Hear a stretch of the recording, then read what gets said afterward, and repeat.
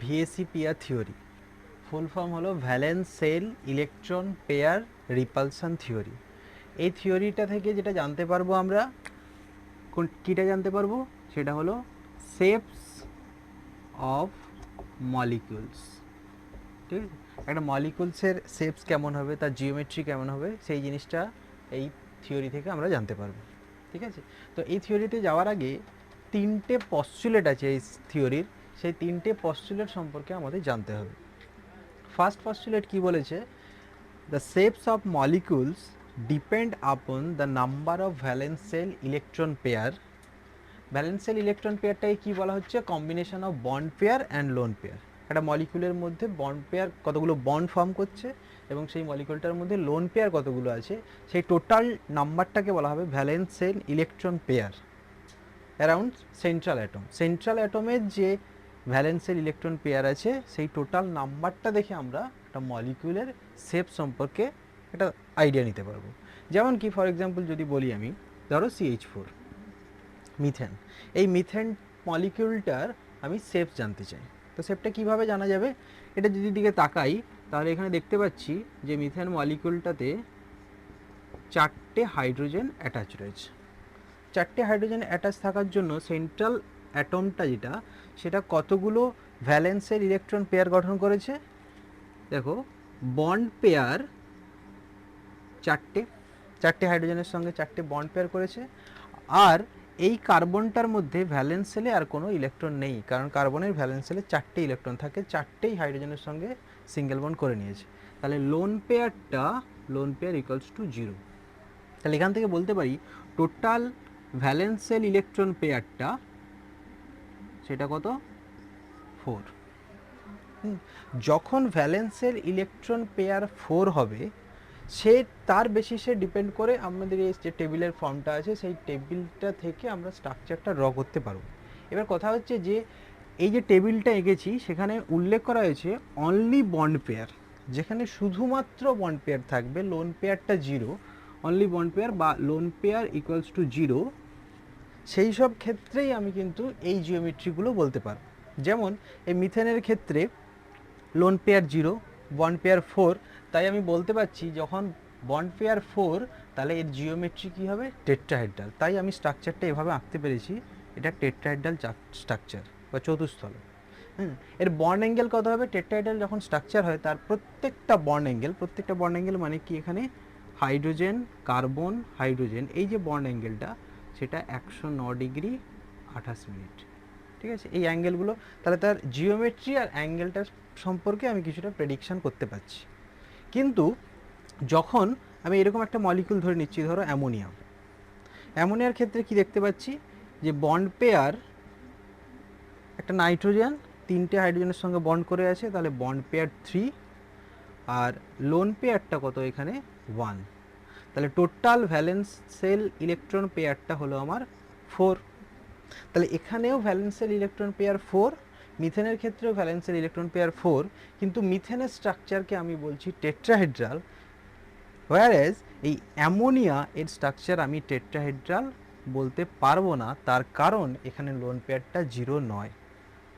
ঠিক আছে, এবার লোন পেয়ার থাকার জন্য তার কি এফেক্টটা পড়ছে, তার স্ট্রাকচারের উপর কী এফেক্ট পড়ছে, তার জিওমেট্রির উপর কী এফেক্ট পড়ছে, সেটা ফার্স্ট পস্টুলেট থেকে বুঝতে পারছি না।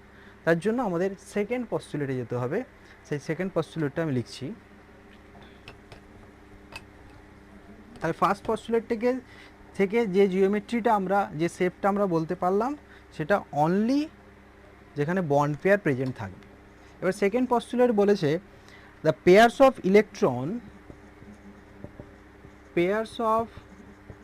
Electron in the valence cell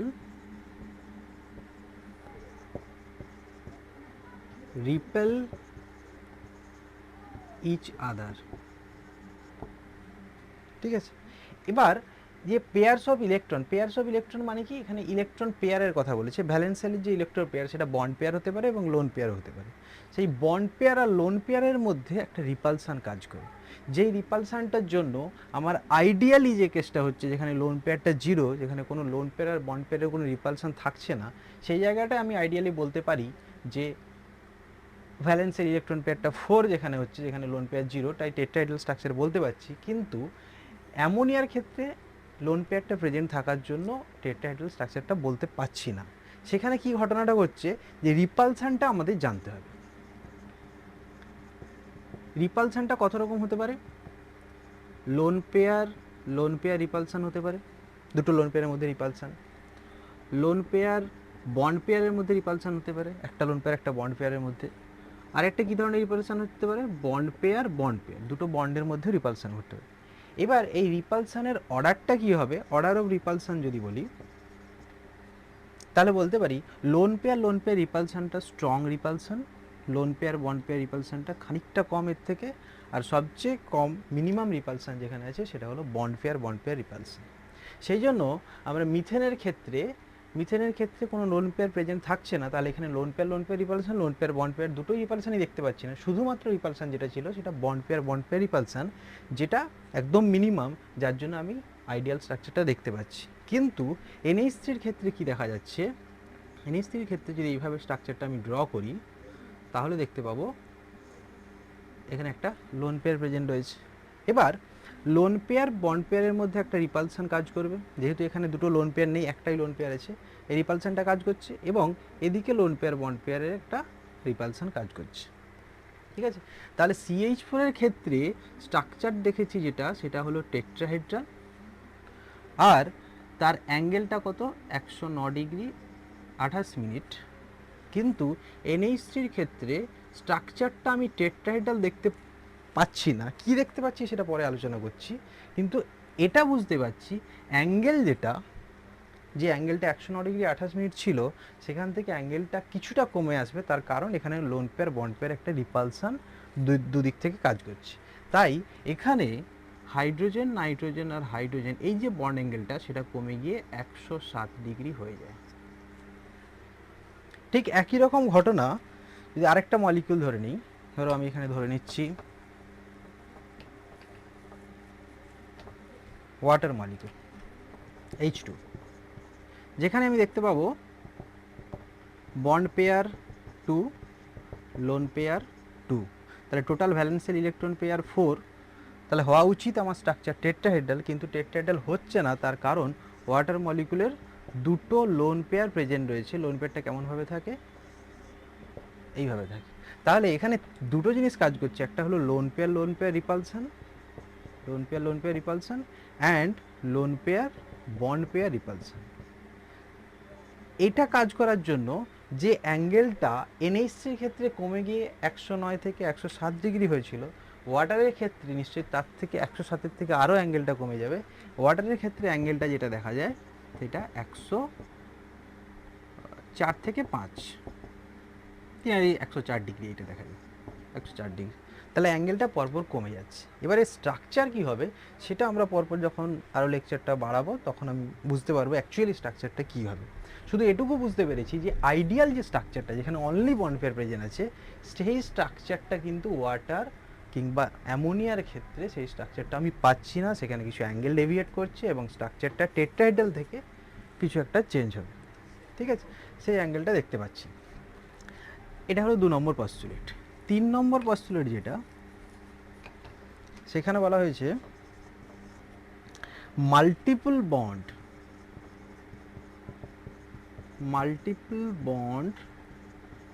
are not multiple bonds are treated as single electron pair. অর্থাৎ ভিএসি পেয়ার থিওরিতে মাল্টিপল বন্ডটাকে কনসিডার করা হয়নি।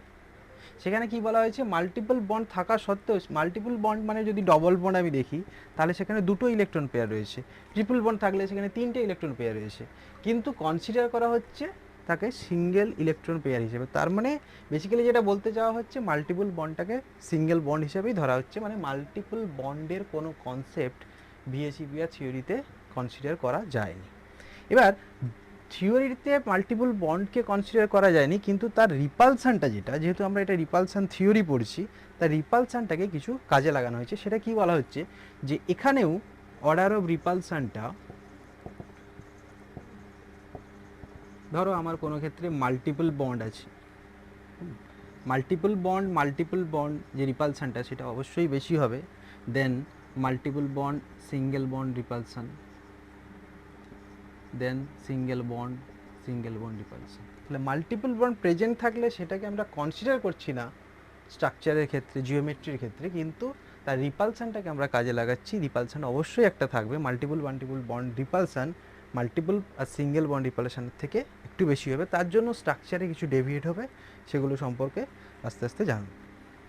ঠিক আছে, এই হলো তিনটে পস্টুলেট যেটা ভিএসিপি আর থিওরিতে, ফান্ডামেন্টাল থিওরিতে বলা হচ্ছে যে এইভাবে আমরা স্ট্রাকচারটা প্রেডিকশান করতে পারি, কিন্তু অ্যাকচুয়াল স্ট্রাকচারটা কী হবে সেটা এবার আস্তে আস্তে আসবে।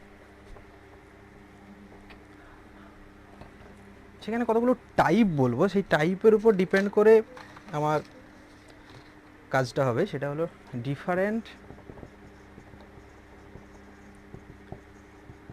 Types of structure from VSEPR theory. কীভাবে করা হচ্ছে, ধরো আমি নিয়ে নিলাম AB2, কয়েকটা এক্সাম্পল নেব, বাকিগুলো তোমাদের ডেসক্রিপশন বক্সে দেওয়া থাকবে, সেখান থেকে তোমরা পিডিএফটা ডাউনলোড করে দেখে নিতে পারবে অ্যাকচুয়ালি কী হচ্ছে। আমি কয়েকটা এক্সাম্পল শুধু দেব। আরেকটা টাইপ কি AB2E1, আরেকটা ধরো আমি নিলাম AB4, AB3E2, এখানে নিতে পারি AB3,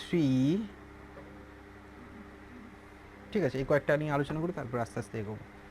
এখানে কি বলা হচ্ছে, এটার মানে হলো, এটা ডিনোট করে সেন্ট্রাল অ্যাটম, আর বিটা যেটা ডিনোট করে সেটা হলো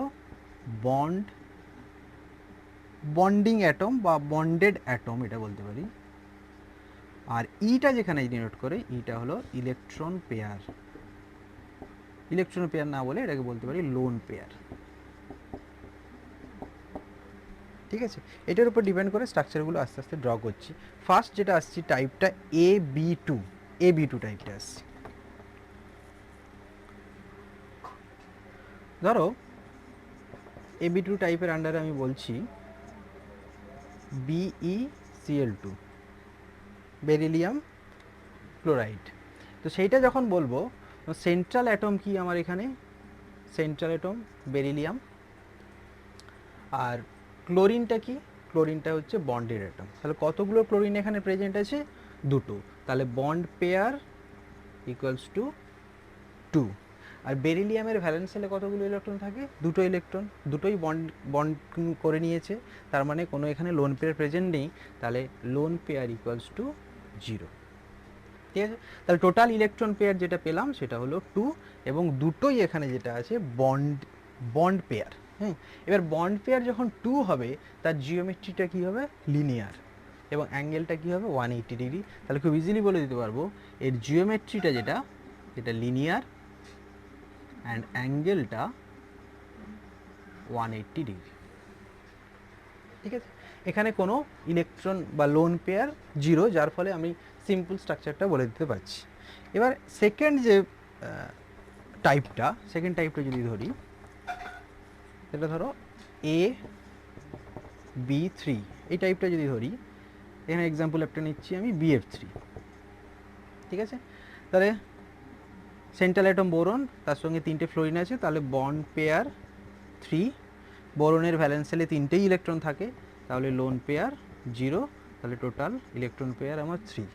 এখানেও বন্ড পেয়ার যেহেতু, লোন পেয়ারটা 0 যেহেতু, তাহলে এখান থেকে বলে দিতে পারি তাহলে স্ট্রাকচারটা জিওমেট্রি হবে ট্রাইগোনাল প্ল্যানার, অথবা অ্যাঙ্গেলটা বলতে পারি 120 ডিগ্রি। ঠিক আছে, এবার আসছি AB2E1, মানে যেখানে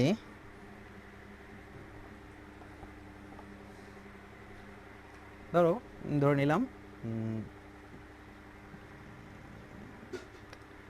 কি ধরতে পারি, একটা এক্সাম্পল ধরে নিই এখান থেকে।